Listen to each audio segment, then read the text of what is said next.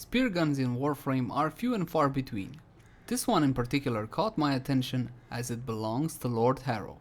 Hey guys, hello and welcome back. As always, my name is Leyzar and today we're going to be diving deeper into this Mastery Rank 6 primary weapon, the Scourge. I'm going to be covering a cheap build, something affordable that anybody can get into, but of course we also have the classic endgame setup with a Riven. That being said though, please keep in mind that I will be covering a lot of the basics. So if you're a veteran of the game and already know most of this stuff, then please, bear with me. And with that out of the way, let's jump into the Scourge. Let's begin by checking out how the weapon handles without any mods equipped, and for that I'm gonna need my favorite guinea pigs, the corrupted heavy gunner. First off, primary fire. This one will launch an energy disc in vertical fashion. Upon impact it will explode and deal additional damage. Keep in mind that the explosion only accounts for 30% of the weapon's total damage. So this means that going for ground shots just to get the explosion damage AoE style isn't really recommended on the Scourge. You're missing out on 70% of the weapon's damage. Now that being said, as you saw, the projectile is quite big, so landing shots isn't really all that hard. The only thing you gotta contend with is the travel time. Speaking of which, the fire rate aligns really good to the recoil, as you can see. This is not the weapon's only trick, it can also launch the spear by pressing your alternative fire, and it does have innate punch through, so basically the spear will go through all the targets in a line before landing. When it lands, the spear will knock down enemies like so, and it will also apply a bit of a debuff to them. There's the knockback, and if you look at the target set, you'll see they have a bit of a glowing thing. That is a bullet attractor, and it works similarly to how Mag's ability works. Now this one will pulse a couple of times, then it will return to its owner, and as you saw there is a bit of downtime when it comes to the debuff. And that is pretty much it. Keep in mind that the alternative fire can actually damage you. I am invulnerable, but once again it synergizes very well with Harrow. Press your 4, then take some damage, etc, etc. Let's jump into stats to see precisely what we're dealing with. First of all, mod capacity is 60 out of 60, and if yours only has 30 out of 30, then jump into actions and plug in an Orokin catalyst. This one can be found from alerts, invasions, or if you're lucky, from the daily sortie. More often than not, I have to pay 20 plat for this one. It's not as common as I would have liked. My Scourge has been formatted a total of 4 times because I need to test a whole bunch of things, but for the weapon builds I'm recommending you guys, 2 format should do it. Accuracy for the primary fire is 100%. Now take a look what happens when I add heavy caliber. It goes down to 4.3. How precisely minus accuracy effects work in Warframe is anybody's guess, in all honesty, but I want to show you something. Punch through before we go any further. Punch through doesn't really work on this weapon. We have Metal Auger there with 2.1 meters worth of punch through, and you will think that the projectile would go through targets, but it does not. Upon impact it simply detonates, and that's pretty much it. It doesn't go through targets, generating additional explosions like you might think. So once again, it doesn't go through anything. I tested this thoroughly and it just doesn't want to. But if I fire through the ground, then it does go. I don't know, it simply explodes on contact no matter how much punch through I throw on this weapon. One more thing, since we were talking about heavy caliber, let's have a quick look at what heavy caliber actually does, because I know some of you guys might be wanting to use this. And we're also going to be adding multi-shot to the weapon, just so you can see how crazy the multi-shots will go. But first let's get a reference point, so this would be without heavy caliber. Not bad, right? Now with heavy caliber and of course the multi-shot, which is mandatory. Heavy cal and a little bit of multi-shot, split chamber of course, and vigilante armaments. And this will be the effect that heavy caliber has. I'm having trouble even hitting that big pillar over there, so I do not recommend heavy caliber. I thought it would be good to showcase this one in its entirety. In any case, back to our sheep. Critical chance is 2% for primary fire, and for the secondary fire is 4%. Abysmal, stay away from crit. Crit multi 1.5 and crit multi 2.0. Again, these are decent and good, but without an actual crit chance, they become pointless. Fire rate 2.67, a magazine of 20, and a reload of 2.5 seconds. And you might be tempted to believe that this is terrible. Only 20 shots, then I have to reload for 2.5 seconds. But those 20 shots hit like a bloody truck. By default, the Scourge does have 100 corrosive damage, so keep that one in mind. Riven Dispo is 3 out of 5, and you might not know how Riven Disposition works. It's kinda like this. The more popular a weapon is, the lower the Riven Disposition. The less popular a weapon is, the higher the Riven disposition. Higher Riven disposition means better stats on a Riven, more of them, a lot more. So that's why you can see crazy amounts like 400% extra damage on Rivens. It's basically Digital Extreme's way of balancing out popular and unpopular weapons. So there you go. Status chance is 30%, and it's clear now the Scourge is a true blue status weapon, and you have the same status chance for the alternative fire as well. The primary fire, as you saw, has 100 corrosive damage, and the secondary fire has only 50, but the secondary also has a lot of impact, a decent amount of puncture, and a good amount of slash. So keep that one in mind. Enough about that, let's start slapping on some mods, and there's nothing more mandatory than Serration. If you don't know what to sync your endo in, Serration is never a bad idea, as it will be present on 99% of your primary builds. Next, we're gonna go into crit. Of course not, it's not a crit weapon, so we're going into multi-shot with split chamber together with vigilante armaments. For the Scourge, both of these mods are mandatory. If you don't have vigilante armaments, get down on Cetus and do some bounties, easy to obtain, and don't let anybody fool you. This one is not worth more than, I don't know, 2, 3, 5 plat, something like that. The set bonus on vigilante armaments in this case is gonna be mostly worthless because we're not critting, but we're slapping this one on strictly for the 60% multi-shot. For the Scourge, the two stats that have the biggest impact will be damage and multi-shot, and you'll see why that is a bit later. Very well, I got my damage, I got my multi-shot. Normally this is when, once again, you would go into crit, but that would be folly. I mean, 2% crit chance, even if you were to go into crit. Point strike, 150% extra crit chance. You will see that basically you're getting a crit chance of 5% and of 10% for the throw. Definitely not worth it. We gotta go into elementals and into status chance now.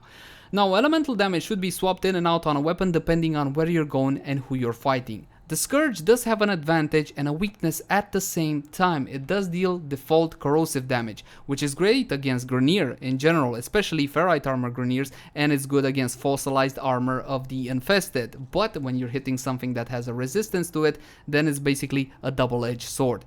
If you guys want to fight the infested, then building heat is more than enough to deal with them. But if you're going up against Corpus faction, building magnetic or gas or toxin will yield decent towards great results. Once again, check the wiki for more details.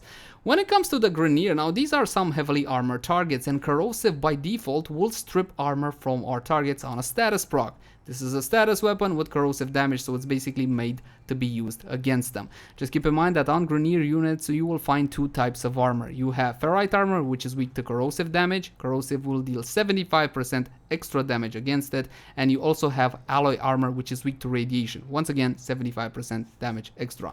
In any case, against Grineer, your best option more often than not is to build corrosive, which once again is what we have on the weapon.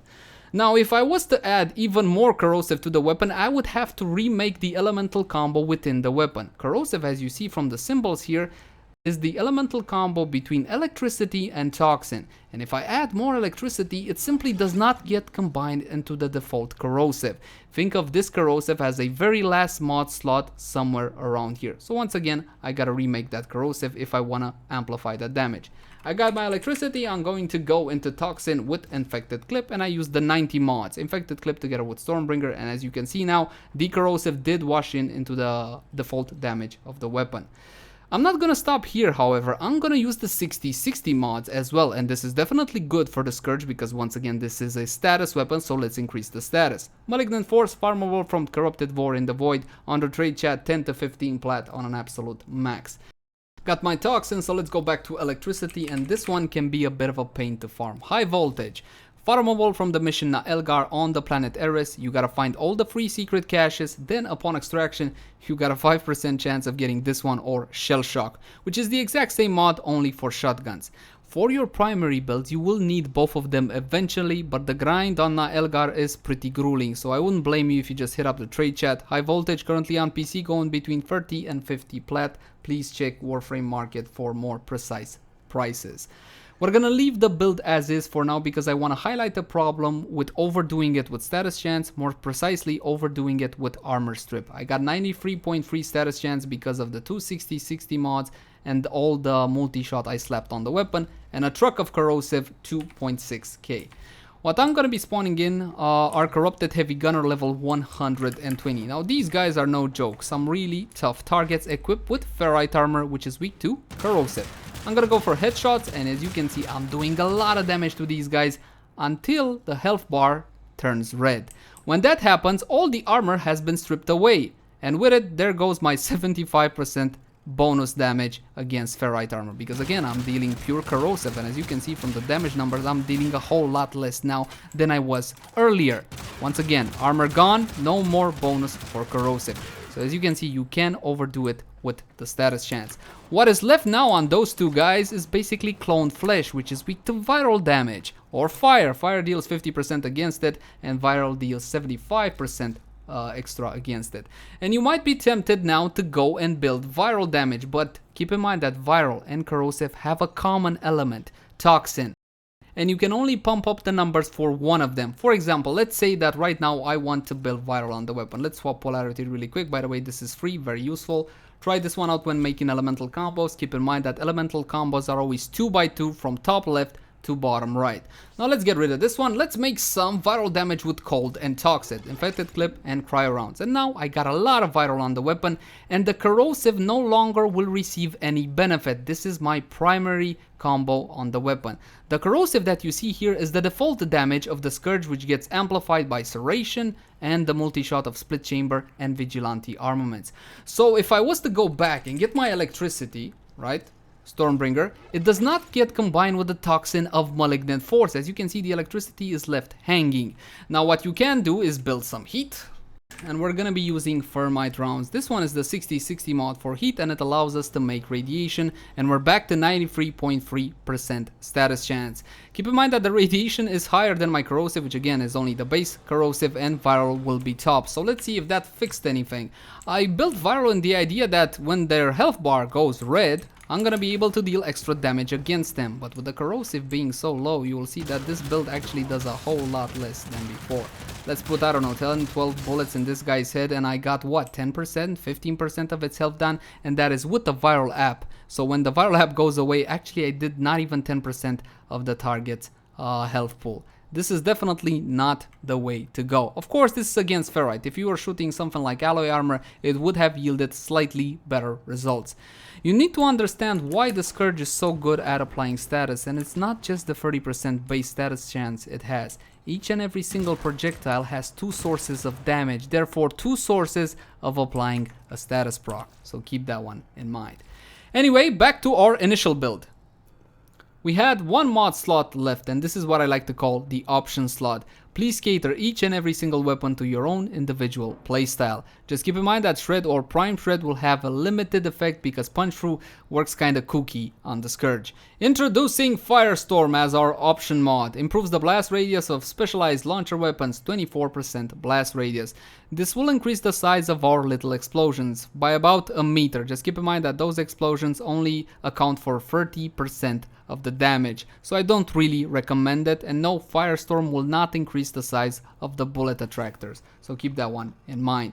Back to my problem, I'm overstripping. I don't want to fully remove the armor from my enemies because I want to get to keep my 75% bonus damage from corrosive against ferrite. So what I can do is add one additional element to the weapon that will compete with corrosive for status procs. As it stands now, if I'm proccing status from primary fire, is going to be corrosive because this is the only element I have. If you take a look at the secondary fire mode, you will see a lot of corrosive, 14.2k, and you can use this fire mode to one-shot lower level enemies, and the bullet attractor is nice, but that's where the utility ends. The element you should be plugging in, again, depends on your own situation, but prime cryo rounds fully maxed out will yield the most damage. However, in case I'm fully stripping the armor from my targets, what is left is clone flesh. And against clone flesh, heat has a 50% bonus damage modifier. Against armor, it doesn't do anything. It doesn't have any negative or positive, but in this case, it's a lot cheaper to obtain and easier to upgrade than prime cryo rounds is. This is the best solution. If you have it, use it.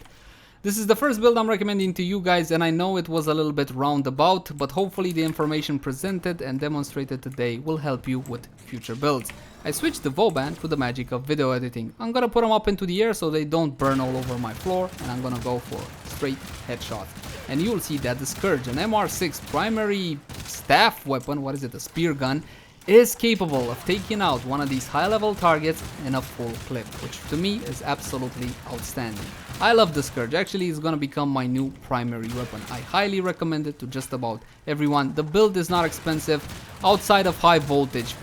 That is the only semi-issue there, but it is farmable. There's two more things I want to do before we go. First, a Riven setup, and I was actually quite lucky with the roll on this one. My Riven has multi-shot damage and minus status chance, which in the case of my corrosive strip build is a godsend, because finally I will not fully overstrip the armor. It really depends what kind of build you're going for, but in this case the minus status chance actually helps me. I still got 93.5 because it does have a lot of multi-shot. One more time, the same targets. I don't need to put them up into the air though. They can stay as is. No more heat, so they're not gonna be all over the place anymore. Look at that. Dispo free Riven, and it makes one hell of a difference. You know what? Scourge Rivens currently are super cheap. Prioritize multi-shot and damage over everything else. Status chance doesn't really matter, as you saw there. The Scourge is an absolute champion at applying status. You don't really need status chance on your Riven, and I absolutely love this weapon. There's one more thing we gotta do, pump up everything with Warframe Buffs, and normally this is left to Lady Mirage, but in this case I will ask you guys to allow Lord Harrow to do the honors. It is his weapon after all. So we're gonna be picking up Harrow, adjust his look according. You guys like this? I worked like a day on this. As for buffs, we're gonna be using Rifle Amp, 27% extra damage to rifles, and yes, this will grant its benefit to the entire party, and it is stackable. Against Grineer, however, you can go for corrosive projection, which is guaranteed to give you better results, but again, you are using an armor stripper. Rifle Amp will grant its benefit regardless of the target you're shooting. When it comes to arcanes, two options. First of all, Arcane Avenger. Now this one gives you 30% critical chance for 8 seconds on damage. But the weapon is not exactly a crit weapon. Thankfully, Arcane Avenger is an additive after bonus. So with the bonus from Arcane Avenger, the critical chance of the primary fire will go up to 32%. So keep that one in mind. We are going to be getting some crits. As for our second Arcane, Arcane Rage. On headshot, 10% chance for plus 100 and 20% damage to rifles for 16 seconds. You can't exactly go for Arcane Acceleration without Arcane Avenger, because this one procs on a critical hit, and without Arcane Avenger or maybe some Warframe buffs, you're not really gonna crit with the Scourge. This is the setup I'm gonna be recommending to you guys, because more red crits thanks to Lord Harrow. What I'm gonna be doing is unpause the AI so they can attack me, and we will activate our buffs. Activate his fourth ability so I can get the crit buff, as well as his second ability. This will increase my fire rate as well as reduce my reload time. I highly recommend you guys look into Harrow. One of my most favorite frames. He's super effective, especially if you enjoy playing supporty frames for the most part. Especially effective in Eidolon fights. There we go, crit buff is live, and I'm gonna go for straight headshots. Take a look at what the Scourge can do when paired with its master. Absolutely bloody phenomenal. Now this is definitely one weapon you should try. It's not just another rifle, it is fun to use, it is interesting, and I highly recommend the Scourge. As always, my name has been Leyzar. Thank you guys so much for watching. Like, favorite, share, and subscribe if you enjoy the content. If you have any feedback for me or would like to request a specific weapon review, then by all means leave it in the comment section down below. I can't realistically promise you that it will be done by next time, but I will be reading through each and every comment. But until next time guys, bye bye.